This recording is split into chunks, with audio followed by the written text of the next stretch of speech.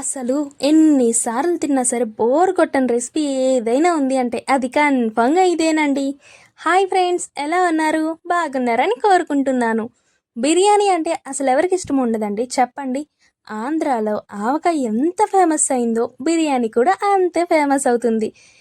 ఒక చోట దమ్ బిర్యానీ అని, ఒక చోట ఫ్రై పీస్ బిర్యానీ అని, ఒక చోట గోంగూర చికెన్ బిర్యానీ అని, అలా ఒక్కొక్క దగ్గర ఒక్కొక్కటి.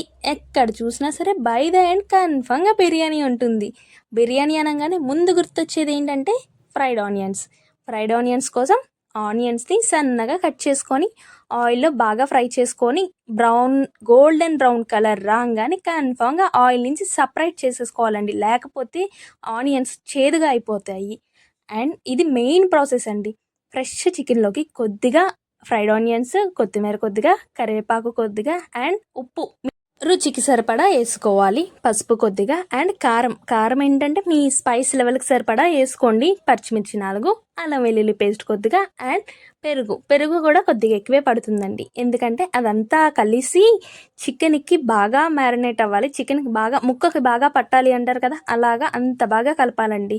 చికెన్కి గ్రేవీ ఎంత బాగా పడుతుందో చికెన్ అంత బాగుంటుందండి. కొద్దిగా గరం మసాలా అండ్ నిమ్మరసం కూడా కొద్దిగా వేసి అది కూడా బాగా కలిసేలాగా కలపండి. కొద్దిగా ఆయిల్, ఫ్రైడ్ ఆనియన్స్ నుంచి సపరేట్ చేసిన ఆయిల్ ఉంటుంది కదా, ఆ ఆయిల్ కొద్దిగా వేయండి. మొత్తాన్ని బాగా కలుపుకొని ఒక ప్లేట్తో క్లోజ్ చేసేసి ఫ్రిడ్జ్లో పెట్టుకోండి. వీలైనంతసేపు ఎక్కువసేపు అది ఫ్రిడ్జ్లో ఉంచండి. నేనైతే 6 to 7 hours మ్యారినేట్ చేసి ఉంచేసాను. అండ్ తర్వాత ఫ్రిడ్జ్లో నుంచి తీసి అడుగు మందంగా ఉన్న పాత్ర ఒకటి పెట్టుకొని దాంట్లో ఈ చికెన్ అంతా వేసేసి చికెన్ కూడా కుక్ చేయాలండి. చాలామంది చికెన్ కుక్ చేయకుండా డైరెక్ట్గా రైస్ వేసేస్తారు, కుక్ అయిన రైస్. ఆ చికెన్ అనేది లోపల కొద్దిగా పచ్చిగా ఉంటుంది. సో నేనైతే రెండు ప్యారలల్గా కుక్ చేసుకొని వేస్తాను. 75 to 80% కుక్ చేసుకొని తర్వాత దమ్ పడతాను. సో చికెన్ కూడా చాలా బాగా కుక్ అవుతుంది, లోపల కూడా సాఫ్ట్గా టెండర్గా కుక్ అవుతుంది పీస్ అనేది. మీరు కూడా ఒకసారి ఇలా ట్రై చేయండి.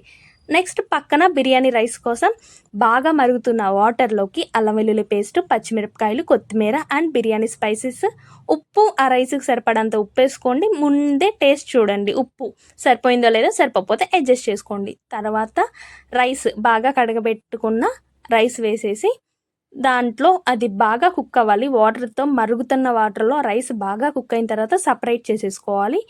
ఈ చికెన్ మీద ఈ రైస్ మొత్తం వేసేసుకోండి. నేనైతే 2 లేయర్స్గా వేసుకున్నాను. లాస్ట్గా ఫైనల్గా ఫ్రైడ్ ఆనియన్స్ కొద్దిగా ఉంచుకున్నాం కదా, ఆ ఫ్రైడ్ ఆనియన్స్ కొద్దిగా, కొత్తిమీర కొద్దిగా అండ్ నెయ్యి అండి. నెయ్యి కన్ఫామ్గా, అది ఇంట్లో ప్రిపేర్ చేసిన నెయ్యి అయితే ఇంకా సూపర్ టేస్ట్ ఉంటుందండి. నెయ్యి మనం పైన ఎంత వేస్తామో అది ఫ్లేవర్ అంత బాగుండి అంత పొడి పొడిగా ఉంటుంది. రైస్ కూడా పైన కొద్దిగా ఫుడ్ కలర్, అది ఆప్షనల్ అనమాట, మీ ఇష్టం, నచ్చితే వేసుకోండి లేకపోతే లేదు. అండ్ కొద్దిగా ఆయిల్ అండి. ఇందాడ మనం ముందుగా ఆనియన్స్ ఫ్రై చేసి పక్కన పెట్టుకున్నాం కదా, ఆ ఆయిల్ వేసి పైన కొద్దిగా గరం మసాలా వేసి ప్లేట్తో క్లోజ్ చేసేసి ఆ ఆవిరి అనేది ఎటు పోకుండా ఫుల్గా దమ్ పెట్టేసేయాలండి. కుదిరితే కాటన్ క్లాత్ చుట్టూ పెట్టండి. ప్లేట్కును ఆ పాత్రకి మధ్యలో గ్యాప్లో నుంచి ఆవిరి బయటకు రాకుండా తడిగా కాటన్ క్లాత్ ఏదైనా చేసి పెట్టండి. ఆవిరి బయటకు రాకుండా ఒక 15 minutes కుక్ చేస్తే సూపర్గా ఉంటుందండి. ఆ చికెన్ అయితే సూపర్ టెండర్గా కుక్ అయ్యి లోపల స్మూత్గా చాలా అంటే చాలా బాగుంటుంది. ఎవరైనా ట్రై చేయకపోతే ఒకసారి ఇలా ట్రై చేయండి. అండ్ మీకు ఇంకా ఏమన్నా కావాలంటే కామెంట్స్లో అడగండి. Thank you for watching.